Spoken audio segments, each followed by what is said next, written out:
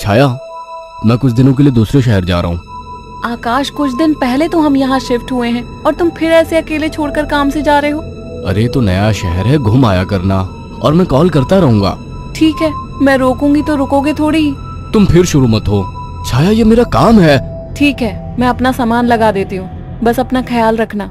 आकाश अगली सुबह दूसरे शहर के लिए निकल गया। अपना काम खत्म करके जब वो लौटने लगा, अचानक मौसम खराब हो गया और बारिश की वजह से रास्ता बंद हो चुका था।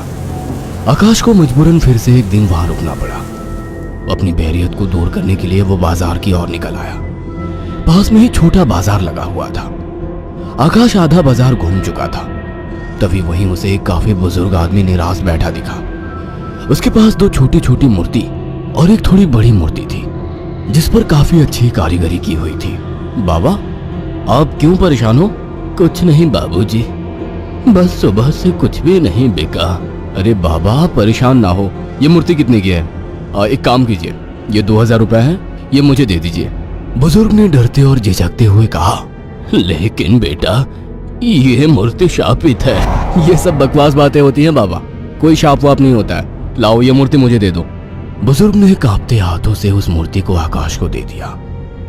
रात में आकाश होटल के कमरे में गया और फोन पर छाया से बात करने लगा। उसे ठंड सी महसूस होने लगी। फोन रखकर वो सोने के लिए लेट गया। रात गहरी हो चुकी थी, बारिश की वजह से ठंड थी, पर उसे अचानक गर्माहट महसूस होने लगी। उसे अच्छा लग रहा था। उसे महसूस हुआ जैसे कोई उससे चिपक कर लेटा हो।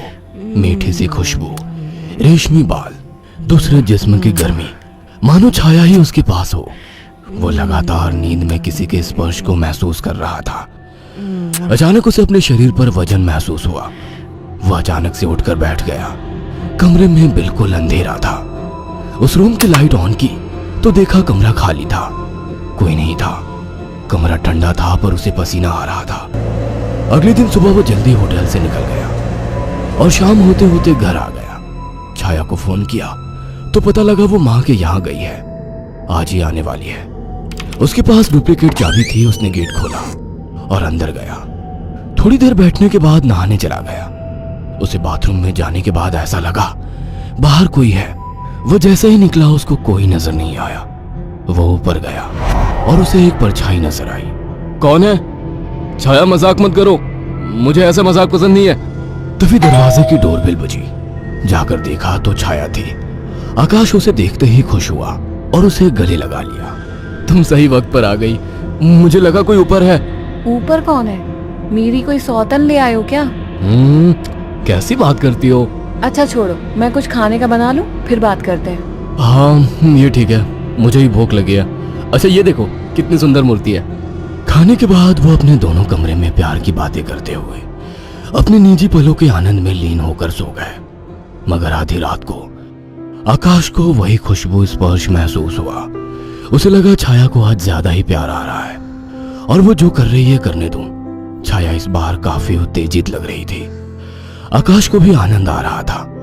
अंधेरे में छाया ने आकाश के सारे कपड़े उतार दिए और पागलों की तरह उसके जिस्म को चूमने लगी। आकाश भी पूरी तरह से उत्तेजित हो गया था। छाया की गरम गरम सांसें आकाश को पूरी तरह से पागल बना दे रही थी और वासना का खेल चरम सीमा तक पहुंच गया। कुछ ही पलों का वासना का वेग लंबी लंबी और गहरी सांसों के बीच शांत हो गया। सुबह आकाश ने देखा छाया जाग चुकी थी। छाया चाय लेकर आकाश के पास आ गई। उठो, चाय पी लो। वह चाय के लिए उठा तो छाया बोल उठी, ये मूर्ति लेकर कब से सोने लगे तुम? अरे ये तो साइड में रखी थी, वहां बिस्तर में कैसे आ गई? आ गई होगी। एनीवे, चलो तैयार हो जाओ, ऑफिस जाओगे ना? लाओ इस मूर्ति को मैं रख देती हूँ। थोड़ी देर बाद छाया कमरे में सफाई करने गई। वो काम में बिजी थी, पर उसे लगा जैसे मूर्ति उसे देख रही है। जैसे उसने मूर्ति की तरफ देखा, मूर्ति अपनी जगह जैसी थी वैसे ही रखी थी। छाया काम खत्म करके कमरे से निकलने को हुई तो अचानक मूर्ति गिर गई। छाया ने पलट के मूर्ति को उठाया। अचानक मूर्ति मुस्कुराई। छाया डर गई और मूर्ति हाथ से छूट गई। डरते डरते उसने मूर्ति को उठाया तो उसने देखा वो सामान्य थी। शैतान मूर्ति डराती है मुझे। ये कहकर उसने मूर्ति को अलमारी में रख दिया। काम खत्म कर छाया नहाने गई और जैसे ही उसने कपड़े उतारे और पानी का नल खोला गर्म पानी उस पर गिरा। वो चिल्ला उठी और बिना कपड़ों के बाहर निकलकर भाग आई। उसके जिस्म पर छाले हो चुके थे। उसने आकाश को फोन किया। आकाश तुरंत चला आया और उसको अस्पताल ले गया।